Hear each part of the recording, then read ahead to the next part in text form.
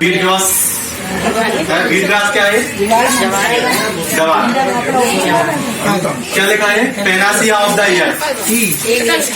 हाँ मैं बता देता हूँ, पेनासिया ऑफ द ईयर।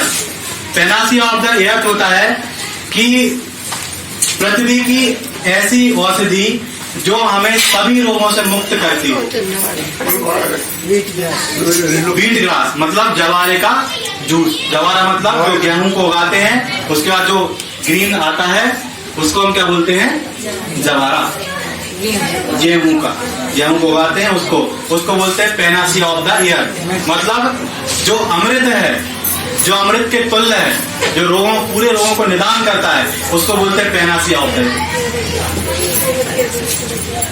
ये नेचर फार्मा क्लिनिक है, मेरा नेचर फार्मा क्लिनिक है, और मैं दवाइयों के बारे में अवेयर करता हूँ। और दूसरी चीज, आपको कौन सी हेल्दी चीज लेनी है, कौन सी नहीं लेनी, उसके बारे में भी आपको करता हूँ, और based of any kind of disease. ये सबसे ज्यादा इसमें सब बताऊँ, सब बिल्कुल। थोड़ा सा पेशेंस रखें। अपन अभी स्टार्ट हुए हैं और धीरे धीरे चीजों को धीरे से अपन समझते हैं ना, अपन आराम समझते हैं तो चीजें ज्यादा अच्छे से जाती हैं। अब एकदम से क्वेश्चन करेंगे, माइंड में क्वेश्चन लाएंगे, चीजें स्किप हो जाएंगी। तो धीरे धीरे हम समझेंगे तो धीरे धीरे आपकी नॉलेज बढ़ेगी। Nutrient in wheat grass. Wheat grass में न्यूट्रिशियन वैल्यू को बता रहा हूं कि व्हीट ग्रास में जो लोग को नहीं देख पा रहा है वो वहां जाके बैठ जाए खाली चेयर से, क्योंकि ये बहुत इंपॉर्टेंट स्लाइड है, आपकी लाइफ की सबसे बड़ी चीज बता रहा हूं मैं। इसके बारे में कभी किसी ने ज्यादा चर्चाएं नहीं की होंगी, और की होंगी तो पढ़ी होंगी कहीं। दिख रहा है आपको? दिख रहा है। एमिनो एसिड्स 16 टाइप के होते हैं इसमें। जो लोग मिल्क की बात करते हैं उनके लिए ये सेकंड ऑप्शन है कि आप मिल्क को ना पिए, इसको पिए। एमिनो एसिड्स होते हैं मिल्क में कितने हो, सॉरी न्यूट्रिएंट व्हीट ग्रास में, जवारे के जूस में 16 टाइप के न्यूट्रिएंट होते हैं। कौन कौन से? तो एमिनो एसिड्स के फॉर्म में ट्रिप्टोफैन, ये आप पढ़ सकते हैं, इतने टाइप के पूरे इसके अंदर भरपूर होते हैं। फाइटोकेमिकल्स मतलब कि जो हमारी बॉडी में ब्लड को बनाते हैं, ये हमारे प्रोटीन को बनाते हैं। एमिनो एसिड्स को बनाते हैं, बॉडी में प्रोटीन को बनाते हैं। तो प्रोटीन के लिए इतने एमिनो एसिड्स जरूरी हैं, तो ये नेचुरल तरीके से ये प्रोवाइड करता है। 6 टाइप के फाइटोकेमिकल्स हैं जो हमारी बॉडी में ब्लड बनाते हैं। ब्लड कौन कौन से? क्लोरोफिल, ये आप पढ़ सकते हैं। आरएनए, डीएनए, जिनको डीएनए लेवल पे, मतलब जिनके पेरेंट्स को बीमारी थी, कुछ कई लोग बोलते हैं ना कि पेरेंट्स को बीमारी हो रही है, पेरेंट्स को थी, डायबिटीज था, शुगर थी, तो हमको भी हो गई। तो उनके लिए है कि यदि ये इसको पिएंगे तो 6 टाइप के ये मिलेंगे, उसमें तो डीएनए आरएनए होंगे। डीएनए आरएनए यदि मिलते हैं, ये पृथ्वी का ऐसा एक पौधा है जिसमें डीएनए आरएनए प्रेजेंट होता है। अब आप बताइए, जो हम गेहूं खाते हैं उसका पार्ट, उसमें डीएनए आरएनए प्रेजेंट होता है। ग्रोथ हार्मोन प्रेजेंट होते हैं, मतलब आपकी बॉडी को ग्रोथ कर देंगे। जो लोग पतले हैं, दुबले हैं, जिनको समस्या है, बढ़ नहीं रही बॉडी, प्रॉब्लम हो रही है, उसमें डीएनए आरएनए प्रेजेंट होता है, और ग्रोथ हार्मोन प्रेजेंट होते हैं। फ्लोवोनॉइड्स होता है।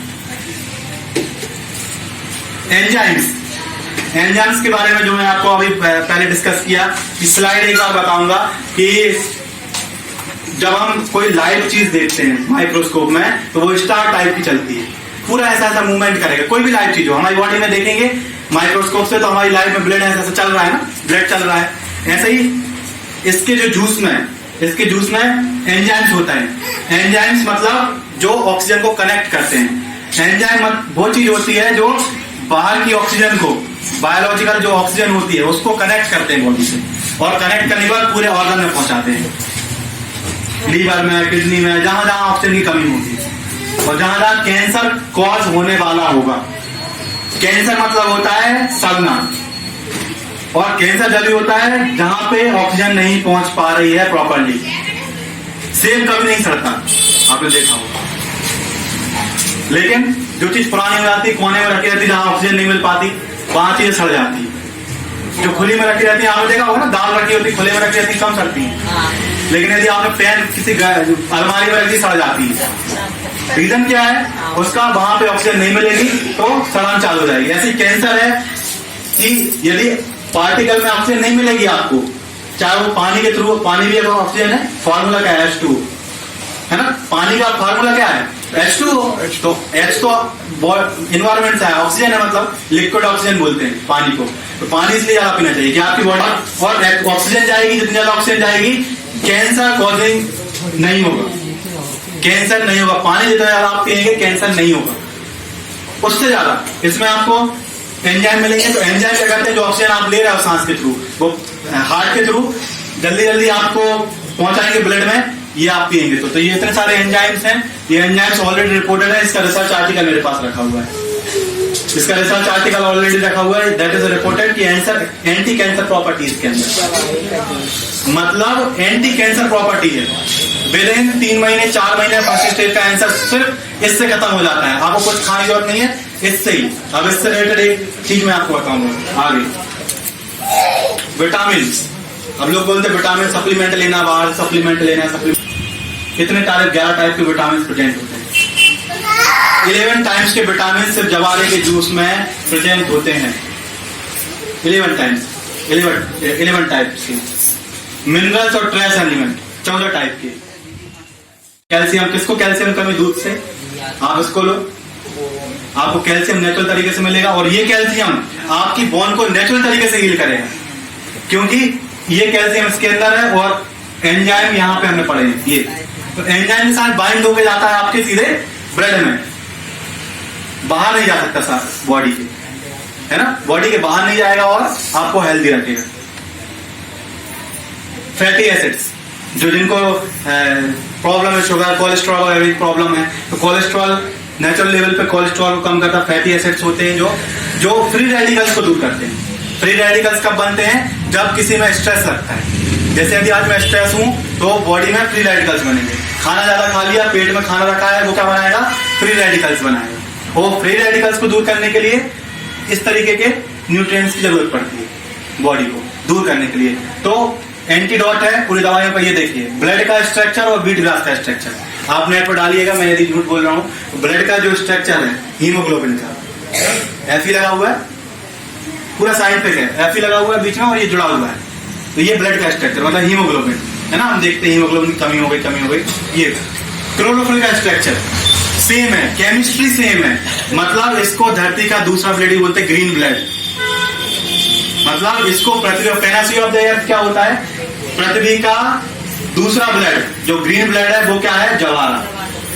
ये देखिए MgFe, स्ट्रक्चर सेम है, इसमें मैग्नीशियम प्रेजेंट है, इसमें आयरन, तो इसमें Fe इसलिए लाल दिखता है, ये कलर भी बनाए हुए हैं लाल, ब्लड लाल होता है, और इसमें मैग्नीशियम इसलिए ग्रीन दिखता है। क्लोरोफाइलिन बोलते हैं, क्लोरोफिल जिसको हम हिंदी में बोलते हैं, अपने पढ़ा होगा बॉटनी वगैरह में, क्लोरोफिल होता है, क्लोरोफिल वही क्लोरोफिल है ये।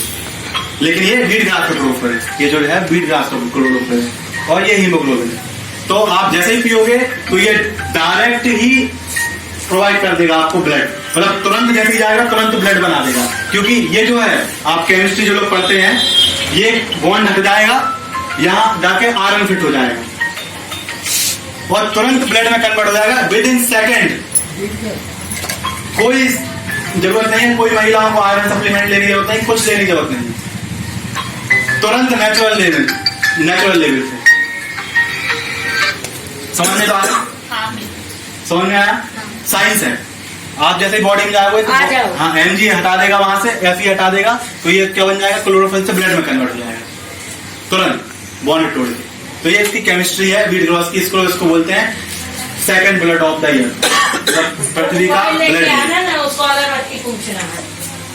वायु कैसे करता है, इसमें अपन ने पढ़ चुके हैं कि 92 न्यूट्रिएंट होते हैं, परफेक्ट बैलेंस बनाते हैं, mind body soul, vibrational energy provide करता है। अब आप सोचिए, जो भगवान से मिली है, गेहूं खाना शायद हमने इसलिए स्टार्ट किया था, हम पता नहीं कब से गेहूं खाना कब से स्टार्ट कर रहे हैं हम, लेकिन बहुत टाइम से हो रहा है, ये किसी को नहीं पता कि कब से स्टार्ट किया, भगवान के जमाने से ही खा रहे हैं। तो वो कैसे, वो वाइब्रेशनल एनर्जी प्रोवाइड करते थे, माइंड बॉडी और सोल, मतलब सोल तक को ठीक कर देता है वाइब्रेशनल के थ्रू, मतलब कुल मिलाकर पार्ट ऑफ गॉड, मतलब इसको गॉड का पार्ट भी हम बोल सकते हैं।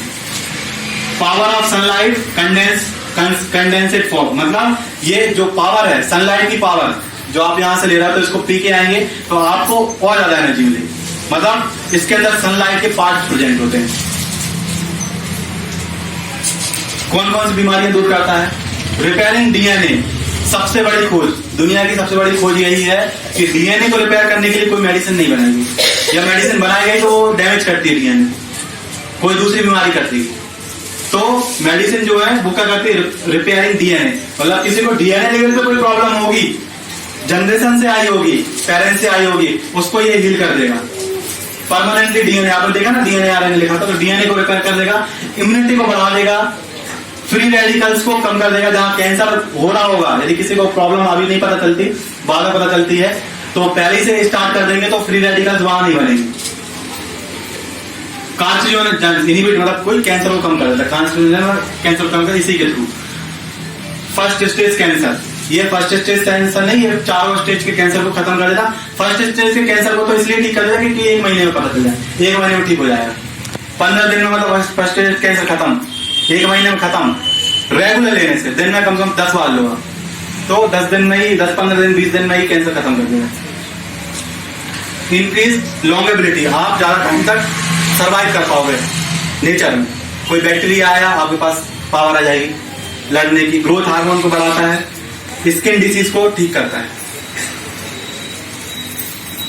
कोलेस्ट्रॉल को कम करता है, जिसको कोलेस्ट्रॉल की जो मेडिसिन चल रही है वो बंद कर दें, इसको लेना चालू करें। कोलेस्ट्रॉल कम करता है, प्रिवेंट इन्फ्लामेशन, बॉडी में जितने भी सूजन फूलन वगैरह होगी कहीं पे, वो ठीक कर देगा। न्यूरॉन डैमेज, जो दवाइयों के कारण न्यूरॉन डैमेज हो गए हैं आज की डेट में, एडिक्शन जिसको हो रहा है, आप बोला ना कि एडिक्शन हो गया सर, अब हम कैसे छोड़ें? तो जिनको एडिक्शन हो गया तंबाकू की वजह से, किसी वजह से, इसको चालू कर दो, विद इन 15 दिन, 20 दिन, 21 दिन तक तो छोड़ना नहीं, मैं ऑलरेडी बता चुका हूं। 21 दिन तक हैबिट नहीं बन पाएगी, 21 दिन तक आप लगातार इसको लो। आप कितने भी एडिक्टेड हो गए, कितने साल पुराने एडिक्टेड हो गए, खाने का मन नहीं करेगा। हम गुटखा पान चाय तभी इसलिए लेते हैं क्योंकि हमारी बॉडी में एनर्जी लेवल कम होता है, और वो क्या करती है, उसको खाने से साइकोटिक इफेक्ट आते हैं, दर्द का पता नहीं चलता एक प्रकार देखा जाए तो, और हम काम करते रहते हैं। तो हमें दर्द को कम नहीं करना है, हमें दर्द की प्रॉब्लम तक जाना है। वो प्रॉब्लम एनर्जी कहां से आएगी, ये छूटेंगे कैसे? यदि एक प्रॉब्लम आई है तो उसका प्रॉब्लम का सॉल्यूशन ये नहीं कि हम इसको उसके आप कर दें, एलोपैथी मेडिसिन ले लेंगे, इसके आप कर दें। परमानेंट सॉल्यूशन क्या है? परमानेंट सॉल्यूशन, आज की डेट में लोग इतने स्ट्रेस हो गए हैं कि परमानेंट सॉल्यूशन ढूंढ रहे हैं। तो परमानेंट सॉल्यूशन मैं लेके आया हूं कि यदि किसी को छोड़ना है लगातार 21 दिन तक, 21 दिन के बाद 22 दिन आपको गुटखा लेने की इच्छा नहीं होगी, that is approved antidote of any kind of smoking. चाय एडिक्ट है, कॉफी से एडिक्ट है, किसी चीज से एडिक्ट है, एल्कोहल से एडिक्ट है, ऑटोमेटिक 21 दिन बाद वो दूर हो जाएगा। बिहेवियर मॉडिफिकेशन, उसके बिहेवियर में क्या जाने लगेगा, हंसेगा, बोलेगा, लोग कोने में बैठ जाते हैं, क्योंकि जब नहीं छूटती तो स्ट्रेस आता है। कोई इंसान होगा एल्कोहल छोड़ना चाहेगा, तंबाकू छोड़ना चाहेगा, चाय छोड़ना चाहेगा, लेकिन एडिक्शन उसका है तो वो नहीं छोड़ पाएगा, वो स्ट्रेस में रहेगा कि छोड़ तो दी, मैंने आज बताया छोड़ दी, कि सर नहीं ये होता है, ये सबको पता है कि ये होता है चाय से या तंबाकू से। छोड़ने का क्या है, ऑप्शन क्या है? तो ऑप्शन उसकी जगह आपको ये लेना है, वीट ग्रास लेना है, धीरे धीरे एनर्जी हील होगी, ऑटोमेटिक आपको ये नहीं लगेगा कि मेरे अंदर एनर्जी नहीं है। और एनर्जी जैसे जैसे आएगी ऑटोमेटिक आपको पता भी नहीं चलेगा कि मैं एल्कोहल 10 साल से पी रहा था। तो दैट इज ये भी एक समाज सेवा कर रहा है, ये जो पौधा है ये समाज सेवा कर रहा है अपने आप में, गॉड है ये। इंटेलिजेंस बढ़ा देगा, ब्रेन की इंटेलिजेंस को बढ़ा देगा, आपकी पावर बढ़ा देगा, आपको समझने में सहायता करेगा चीजें। ये मैं नहीं बताऊंगा, ये आपको अंदर से फील होगा। जब आप पीना स्टार्ट करोगे तो आपको दुनिया जैसी अभी तक दिखती है वैसी दिखना बंद ही हो जाएगी। ये मैं प्रूफ के साथ कह रहा हूँ। ऑफिस में आप जाते होगे या कोई जाता होगा, चिड़चिड़ापन मचा है, गुस्सा आ रहा है, इसको चिल्ला दिया, उसको चिल्ला दिया, आज तो मैं खैर नहीं उसकी। आप 21 दिन बाद पी के जाना, इसको 21 दिन तक आप रेगुलर लो, पी के जाना, प्रूफ है। आपके बिहेवियर में ऐसा चेंज होगा कि जो आप थे वो आपको बोलेगा नहीं, वो कहेगा ये कोई और ही इंसान है। इंसान ही चेंज हो जाता है इससे। ये ऐसी चीज है, आपको हो सकता है भगवान बना दे, ये प्रूफ्ड है, ये प्रूफ्ड है, आप करके देख लीजिए। ये नेचुरल चीजें नुकसान तो करेगी नहीं। एनर्जी बढ़ा देगा, ये सब है इसलिए क्योंकि ये सब चीजें बढ़ा देता है ना।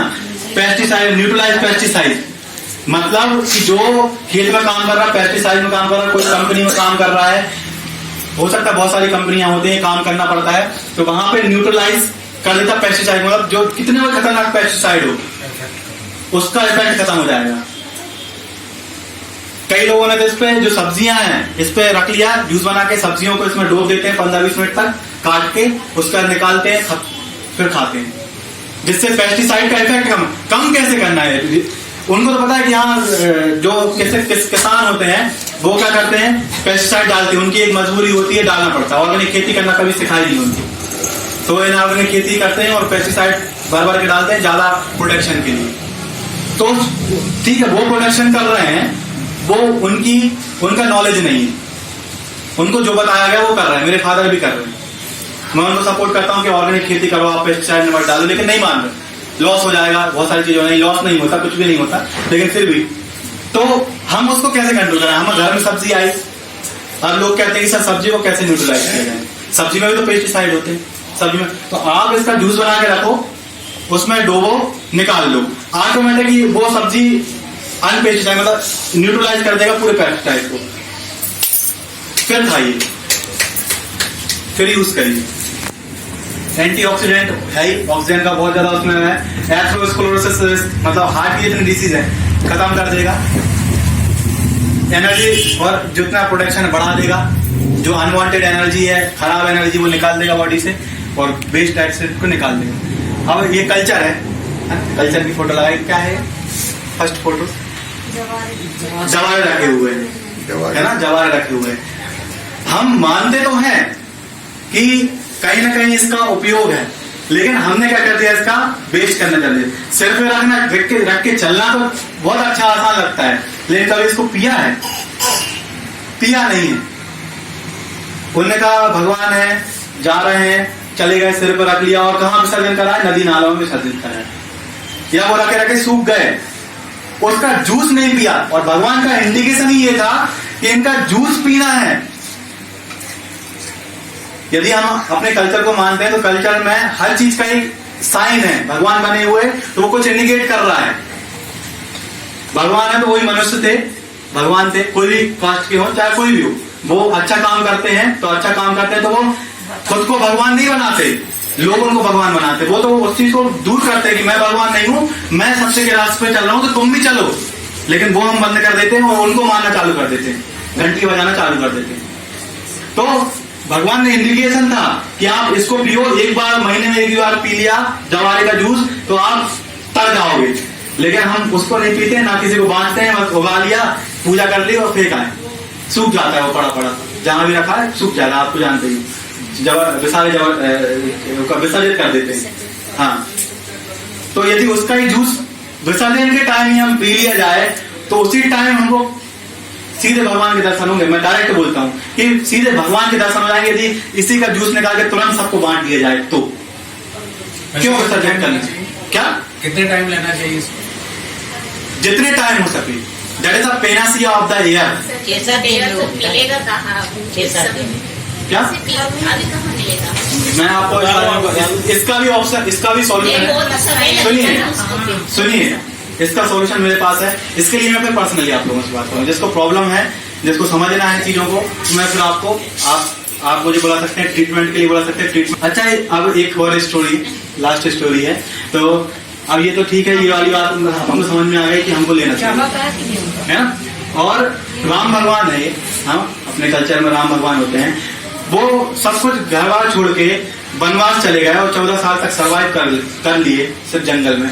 कैसे? फल फ्रूट से, और भगवान बन के आए वहां से। पहले गए थे मनुष्य बन के और आए भगवान बन के। कॉन्सेप्ट है, लॉजिक है इसमें। कोई हवा में बात तो नहीं कर रहा, मैं कोई हवा में बात नहीं कर रहा, बेस्ड। उन्होंने हमें समझाने की कोशिश की थी कि मैं जंगल जा रहा हूं, उनको पता था कि मैं जंगल जाऊंगा तो मैं ज्यादा सुखी रहूंगा, रेदर देन ये साम्राज्य छोड़ के। ये सब बकवास है, इससे कोई मतलब नहीं। मैं यदि नेचर के साथ जुड़ूंगा तो मैं जितना अच्छे से वहां रह लूंगा, उससे अच्छा कुछ है ही नहीं।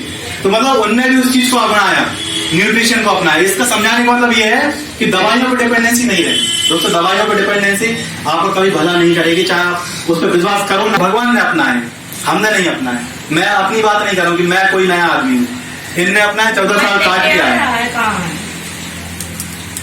14 साल तक रह के आए